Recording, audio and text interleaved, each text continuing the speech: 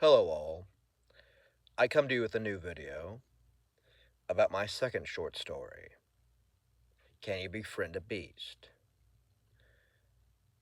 Where I try to tell the harrowing tale of a man and his ward trying to figure out the mystery haunting their park, the Beast.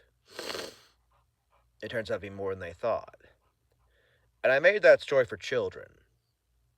That is the second short story I entered in the contest I mentioned before. And again, it didn't win, but I like it. It's about seeing past appearances and lies and misinformation and going into more the facts of matters. Because as I see it today, people are too trusting. Way too trusting. Vastly too trusting. And this story tries to say, go find the truth for yourself. At least try to. It'll be there waiting for you, or it won't be. And I wrote it to be more understanding and caring than my first story, and about what we can learn from being wrong, which I don't think a lot of people want to do. They don't want to learn or be wrong, which I hate to say this, but let me let you on a little secret. You have to be wrong to learn. And then you slowly become right to some extent, because a lot of things I do, writing, fitness, I probably never see the true extent of it, the true peak. But I don't care.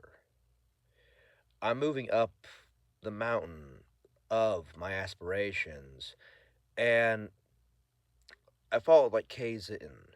I just keep climbing. There is no peak, there is just climbing. And that's how I kind of did the story. It's like, don't trust other people at face value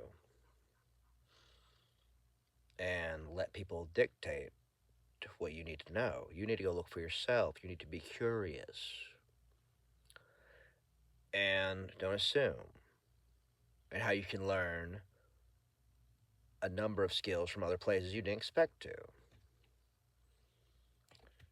And again, it's some children's story to put some morals for children. If any of them read them, I have about a series planned of that one, about 10 of them. Little small morals, little ideas, something to just learn from. Kind of like old school Disney, or what they showed on Saturday, what they showed during the week. Because Saturday morning cartoons were the action. You weren't learning nothing on Saturday except how cool Fusion was, and that sometimes a cartoon can hook you for like 10 weeks straight with one episode and not let you go anywhere. That's what I learned on Saturday: writing, plot, and gripping tension, and cliffhangers. Lots of cliffhangers, good ones too. And that's what I'm trying to do with my ear candy. I like to have stories that are stupid, silly, cartoon fun, ones that try to say something, than ones that are trying to say something. Again, a more neutral sense. I'm not trying to push anything except good morals. And sometimes they're not viable. Because I see our society being atomized and derivatized to the barest essentials. And I don't think that's good. I think that leads to a lot of boredom, which I think is a very major health epidemic. And if all else fails, I could be a public health worker with my degrees, but I don't want to. I think I do more good through my stories than through working on a team with some crisis. That's just me. I think I can do more with that. And boredom in itself is not a bad thing, but We live in a country where everything's paywall, everything's subscription. There's no third places where people can hang out and just have fun. They have to pay, pay, pay, pay. And even myself, I can't do that. I like making YouTube for just a hobby, okay? And to spread awareness for my book and or books and stories. I believe I can conquer through my craft, like some modern day Odysseus. Like, I'm not Hercules with super strength. I'm not Jason and his men. I'm just me. This is my lair right here. This is my lair. I'm trying to play for you. Just make you a song, make you some art, something from the creativity of my soul. And I'm just doing that to find myself. I'm not doing it for love of money or fame. I just want to share my ideas, and hopefully anybody else can. I don't mind if anybody of my subscribers says something to me. Any criticism is valid. As long as it's constructive. I'd love to have an idea. I love a discussion. So I love talking to people. But in my defense, I don't think people communicate these days. They wait to say something. They don't wait to listen. And that's what these children's stories I have planned try to help heal that fissure, that crack in communication. Because a lot of problems stem from the self going outwards.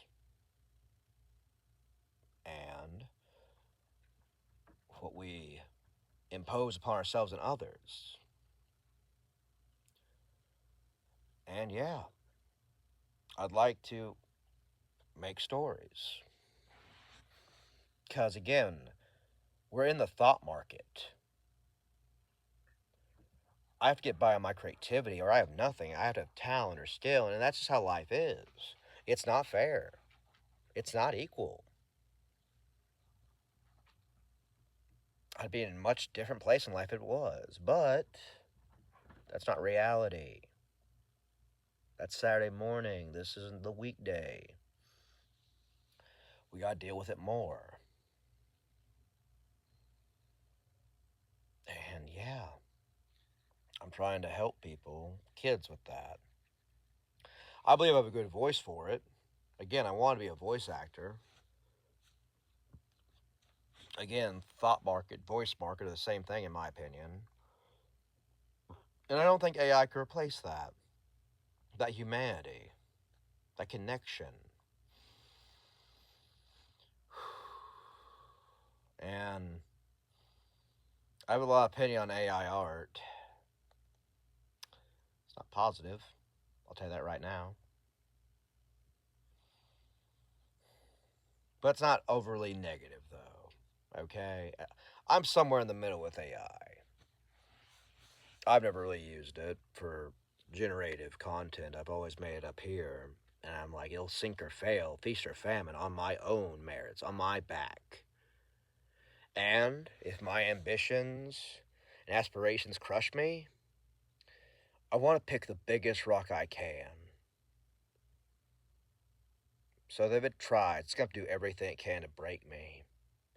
I am my own atlas of my storytelling, as is everybody else. I hope this inspires, I hope this helps you to be more creative. Think about other things.